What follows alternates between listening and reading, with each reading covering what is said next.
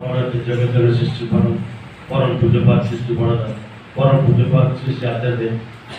সবই করে আজ প্রণাম করে ভক্তি ধারণ করা আজের সৎসঙ্গে প্রণীত গ্রন্থারে দিক দেবতা এবং রেতি মণ্ডলী প্রণাম শ্রী ঠাকুরଙ୍କର ପବିତ୍ର କାଞ୍ଜାଧାରୀ ଗରିବ ଏବଂ ଇଷ୍ଟ ପ୍ରାଣୀ ଗୁରୁ ଭାଇ କଲ୍ୟାଣମୟ ଭକ୍ତମଣ୍ଡଳୀ ସମସ୍ତଙ୍କୁ ଏହି ପବିତ୍ର ଅବସରରେ ମୋର ହାର୍ଦ୍ଦିକ ଜୟ ମିଳିବ। ଯାହା ହଉ এই সুন্দর ভজন কীর্তন চালিছি এর উদ্দেশ্য হচ্ছে আজ এইভাবে সদ্গতি নিমন্তে আত্মার সদ্গতি মানে সুঅস্তিত্বের গতি তার অস্তিত্ব দরকার যে তার যদি অস্তিত্ব ন বলে সে বেঁধে আত্মার অস্তিত্ব ন বলে তাহলে সে পুଣି পুଣି ତାଙ୍କର ସଦ୍ଗତି ହେବ କି ତେଣୁ ଗୋଟେ ସୁନ୍ଦର ଛୋଟିଆ ବଢ଼ିଆ ଉଦାହରଣ ଦେଉଛନ୍ତି ସେଦିନ ସ୍ୱାମୀ ବିବେକାନନ୍ଦ କହୁଛନ୍ତି ଗୋଟେ ଫୁଟବଲ ପ୍ଲେୟାରଟା ବଲ୍ଟାକୁ ସେ ଦେଇକି ଯାଉଛି ତାର ଲକ୍ଷ୍ୟ ହେଉଛି ଯେ ଗୋଲ ପୋଷ୍ଟ ତାକୁ ଗୋଲ କରିବ ଯେତେବେଳେ ସେ କିକ୍ ଦେଉଛି ଯଦି ବା କୌଣସି ଅଲଗା ଦିଗକୁ ଯଦି ବଲ୍ଟା ପଳେଇ ଯାଉଛି ସେତେବେଳେ ସେ ଯେତେ ବଡ଼ ହାତକୁ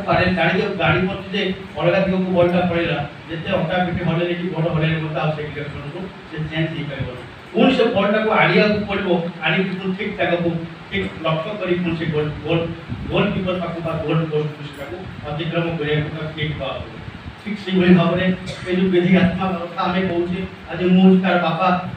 ମୁଁ ଆଜି କାହାର ପୁତ୍ର ଏଇ ମୁଁ ଯେଉଁ ପୁତ୍ରକୁ ହେଲି ମୋତେ ଏଇ ବୁଦ୍ଧି ପୃଷ୍ଠକୁ ଆଣିଲା କିଏ ମୋର ବାପା ମୋ ବୁଦ୍ଧି ପୃଷ୍ଠକୁ ଆଣିଲେ ତେଣୁ ଏ ବୁଦ୍ଧି ପୃଷ୍ଠ ଯେହେତୁ ଆଣିଲେ ମୋର କର୍ତ୍ତବ୍ୟ ହେଉଛି ଯେ ମୁଁ ପୁଣି ମୋ ବାପା ମାଆଙ୍କୁ ପୁଣି ମୋ ଏଇ ବୁଦ୍ଧି ପୃଷ୍ଠ ପଦରେ ତାକୁ ପୁଣି ଧରାବର୍ତ୍ତନ କରିବାକୁ ପଡ଼ିବ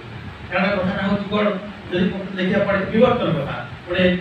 ଠାକୁର ଅନେକ ଭାବରେ କଥା କୁହାଯାଏ ପୁରାଣ ପାଖରେ କୁହାଯାଏ ଯେ man is the rational animal ଯେ ମଣିଷ ଗୋଟେ ପ୍ରଜ୍ଞାଶୀଳ ଗୋଟେ ବିଚାରବନ୍ତ ପ୍ରାଣୀ ଆଉ ତା ମଧ୍ୟରେ ଦୁଇଟି ଗୁଣ ନିହିତ ଅଛି ଗୋଟେ ହେଉଛି ପଶୁତ୍ୱ ଆନିମଲିଟି ଆଉ ଗୋଟେ ଦିବ୍ୟତ୍ୱ ରେସନାଲିଟି এই তার মূলগত ধাতুগত হচ্ছে পশুত্ব তার ভিতরে পশু গুণ তার ভিতরে দেই আছে রেশনালিটি হচ্ছে the power of discriminating right and wrong যে ভুল ঠিক বিচার করিবার ক্ষমতা তার ভিতরে আছে এটা বলা হচ্ছে এই ইভলিউশন প্রক্রিয়া ভিতরে ইভলিউশন প্রসেস ভিতরে মানে তার বিবর্তন প্রক্রিয়া ভিতরে বিবর্তন প্রক্রিয়া যেতবে বিবর্তন প্রক্রিয়া হব মনুষ্য ধর্ম বা প্র্যাকটিসটা কে করবে এই পশুত্ব অবলুপ্ত করে দিব্যতর সন্ধান জমি সাধনা ସେଥିପାଇଁ ସାଧନା ହିଁ କରିବାକୁ ପଡ଼େ ତେଣୁ ପ୍ରକୃତରେ ଏଇ ଆଜି ସତ୍ସଙ୍ଗ ଦାଦା ଆଜି ସତ୍ସଙ୍ଗ ଆଜି ନିବେଦନ କରୁଛନ୍ତି ଆପଣ ସମସ୍ତେ ଜାଣିଛନ୍ତି ଯେ ଗୟାରେ ସେ ପିଣ୍ଡଦାନ କଲେ ଯେ ପ୍ରକୃତରେ ସେ ମୁକ୍ତି ପାଇଯାଏ ଯଦି ଆତ୍ମା ପୁଣି ପିଣ୍ଡୀକରଣ ତାଙ୍କର ହୁଏ ଆମେ ସମସ୍ତେ ଜାଣିଛେ କାରଣ ଯେ ଏମିତି ମାହାତ୍ମ୍ୟ ଅଛି ଯେ ଗୟାର ଯେ ସେଠି ଗଲେ ବିଧେଇ ଆତ୍ମାର ଯେଉଁମାନେ ଯେଉଁ ପ୍ରିୟଜନ ଯାଇଥିବେ ତାଙ୍କର ବିଗତ ପୁରୁଷମାନଙ୍କର ସ୍ମୃତି ତାଙ୍କ ଭିତରେ କିଟ୍ କିଟ୍ ହୁଏ ତାଙ୍କ ଭିତରେ ମନନ ହୁଏ ତାଙ୍କ ଭିତରେ ସ୍ମରଣ ହୁଏ ଆଉ विशेष महात्मा होती सीधे सर्प बंधन मदन विष्णु पादपद्म सीधा जाफल विष्णु भाव जागरूक कि आज श्री श्री ठाकुर चंद्र सत्संग कहीं पदार्थ महात्मा होती कौन तार महात्मा एया जमीक यही गया को गले जमी कौन हुए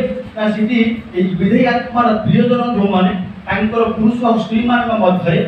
विगत आत्मा मान मन भितर स्मरण मनन भितर आसे विधेयी आत्मा डिसइंटीग्रेटेड मोलिक्यूल्स गुड़िक इंटीग्रेटेड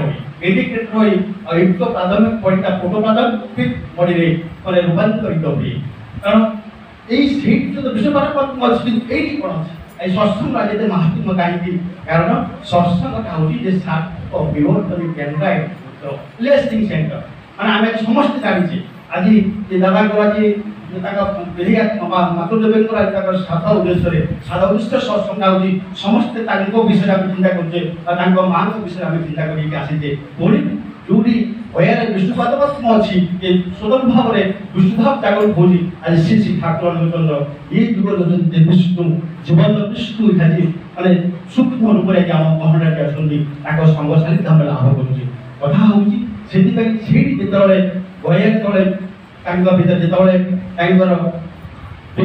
विधेयी आत्मा स्मरण सहित जो रिलाक्सिंग सेंटर सार्थक विवर्तन केन्द्र आम कथा कहते जो सत्संग आज आम कहूचे तार विधेयी आत्मार तार भल मंद सबू नहीं गोटे सार्थक विवर्तन सुर नहीं जो गोटे पिंडीकरण हबार सुजोगटा पाए श्री श्री ठाकुर चंद्र कहते यह हूँ मोर अनुमान मुझे विश्वास कै आज ଆମର ସମ୍ମାନୀୟ ଡକ୍ଟର ଜଗତବନ୍ଧୁ ସାହୁଙ୍କର ମାତୃଦେବୀ ଗୋଟେ ବେଧି ଆତ୍ମା এটা আমরা ସମସ୍ତେ ଜାଣିଛେ ଆଉ ପରମ ଦୟାଲ ରାବଣ ଚନ୍ଦ୍ରରେ ପ୍ରାର୍ଥନା ଜଣାଏ ସେଇ ବେଧି ଆତ୍ମାଙ୍କର ସଦ୍ଗତି ପୁଣି ସୁଷ୍ଠୁ ସ୍ଥାନରେ ସେ ପୁଣି ଜନ୍ମଗ୍ରହଣ କରନ୍ତୁ ଏବଂ ତାଙ୍କର এই ବିବର୍ତ୍ତନ ପ୍ରକ୍ରିୟା ଭିତରେ ଦେଇ ଆହୁରି ତାଙ୍କର ଉନ୍ନତି ହଉ ଏହା ପରମ ଦୟାଲ ରାବଣ ଚନ୍ଦ୍ରରେ ପ୍ରାର୍ଥନା କରିବା ସହିତ ତାଙ୍କର ପରିବାର ସମସ୍ତଙ୍କର